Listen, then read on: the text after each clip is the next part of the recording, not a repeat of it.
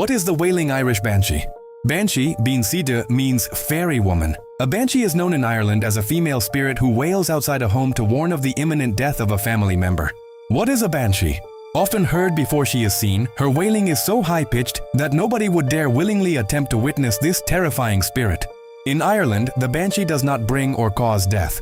The ghost warns loved ones that death is near, giving the family a chance to prepare. Some myths say she acts as an escort to ensure that their loved one passes safely to the other side. Legends of the Irish Banshee. Stories of the Banshee in Ireland have been passed down from generation to generation for centuries. Some legends say the Banshee is the ghost of a young woman who was brutally killed. Her death was so horrible that she now watches families and loved ones, warning them of impending death. According to legend, the Banshee can also take on many forms. However, in Ireland, she has been most commonly seen as either a beautiful young woman with long, flowing silver-white, sometimes red hair, or as an old woman in rags with dirty gray hair, long fingernails, and sharp-pointed rotten teeth. Both descriptions also give the Banshee eyes, which are noticeably red from crying so much.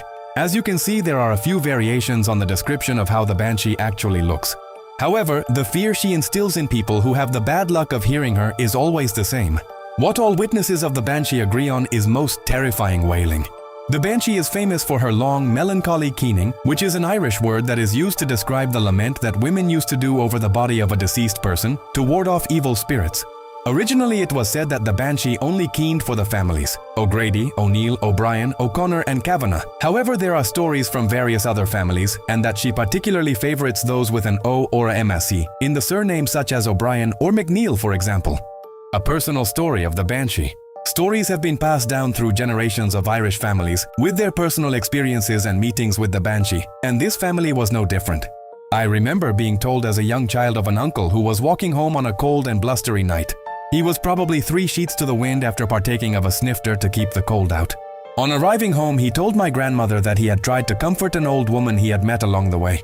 Describing her, he said, "The old woman was dressed in black with a veil over her face, was crying and wailing outside the house. Every time he went over to her, she moved away, but all the while kept pointing at the house." My grandmother, with all her knowledge of the old Irish mythology and legends, knew straight away what this old lady represented and hurried my uncle to bed, reassuring him that she herself would have a look for the old woman. Needless to say, she didn't dare do such a thing.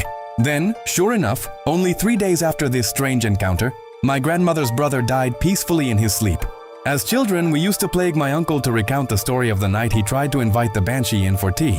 The Banshee's scream, also known as keening, is a mournful cry meant to signal an impending death in a family. In Irish tradition, keening was a practice performed by women to lament the dead, and the Banshee is thought to reflect this custom in a supernatural form. The Banshee is considered part of the ISC, the fairy folk or people of the mound, in Irish mythology, making her a type of fairy rather than a ghost. However, because of her association with death and her eerie presence, she is often mistaken for a ghost. Banshees are not evil. They are neutral figures in folklore, acting as mournful messengers. While their cry is frightening, they are not malevolent and do not harm people directly.